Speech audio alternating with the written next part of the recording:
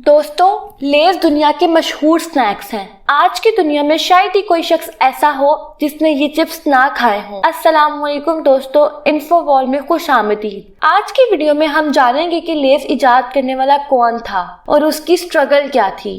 दोस्तों, दुनिया भर में लेस के 200 से ज्यादा फ्लेवर्स मौजूद हैं। लेस चिप्स की तारीख 1930 की दहाइयों से स्टार्ट होती है कि अमेरिका के शहर नीसविले टेनेसी में एक गरीब सेल्समैन रहता था जिसका नाम हरमन डब्ल्यू ले था। ले के पास एक खिटारा टूटी फूटी गाड़ी थी। ले अपने घर के किचन में चिप्स बनाकर अपनी टूटी गाड़ी के पिछली सीट पर चिप्स रखकर बेचा करता था और रात गए तक सड़कों पर चिप्स बेचता रहता था। इसकी चिप्स की कीमत काफी कम और मयार काफी अच्छा था। रातों को देर तक चिप्स बेचने के बाद हरमन अपनी गाड़ी में ही आराम कर लेता था। हरमन ने अगले 30 सालों में चिप्स बेच बेच कर खूब तरक्की कर ली थी। 1932 में ले ने अपनी छोटी सी कंपनी खोली जिसका नाम WH ले डिस्ट्रीब्यूशन था। यहीं से ले ने अपने बिजनेस का पहला कदम लिया और इसी साल के आखिर में हरमन की कंपनी अच्छा प्रॉफिट देने लगी और सिर्फ 3 सालों में ही इस कंपनी ने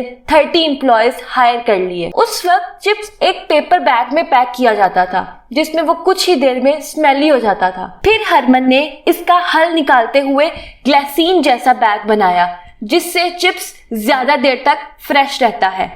1929 में हरमन 10 स्टेट्स में अपने चिप्स सेल करने लग गया और अब लेज दूसरी बड़ी कंपनी बन गई थी जबकि फ्रीटोस पहले नंबर पे था।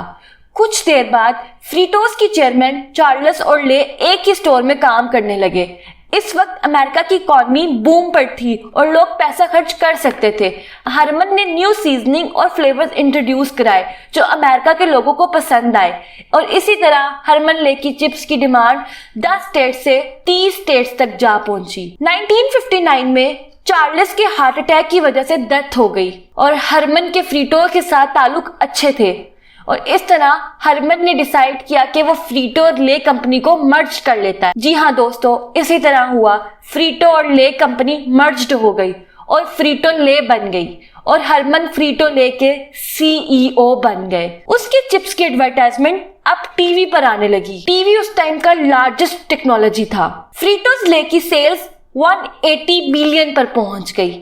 आखिरकार ले अपने चिप्स नेशनली सेल करने लग गया। 1965 में ले पेप्सी कोला के साथ मर्ज्ड हो गया और पेप्सी कोला फ्रीटो ले एक ही कंपनी हो गई जिसका CEO वही सड़कों पर चिप्स बेचने वाला हरमन डब्ल्यू ले था। पेप्सी कोला का रेवेन्यू 600 मिलियन भी क्रॉस कर गया जब फ्रीटो ले के साथ पेप्सी कोला मर्ज्ड हुई। आज फ्रीटो ले एक लार्जेस्ट स्नैक फूड कंपनी बन गई और ये 65% मार्केट को डोमिनेट कर रही है और अब फ्रीटो ले पेप्सी कोला की वर्थ 16 बिलियन है और अमेरिका में सबसे ज्यादा पसंद किए जाने वाला पोटैटो चिप्स है। दोस्तों, अगर आपको ये वीडियो अच्छी लगी है तो इस वीडियो को लाइक करें, शेयर करें, चैनल को सब्सक्राइब करें और बेल आइकन को छूना मत भूलें।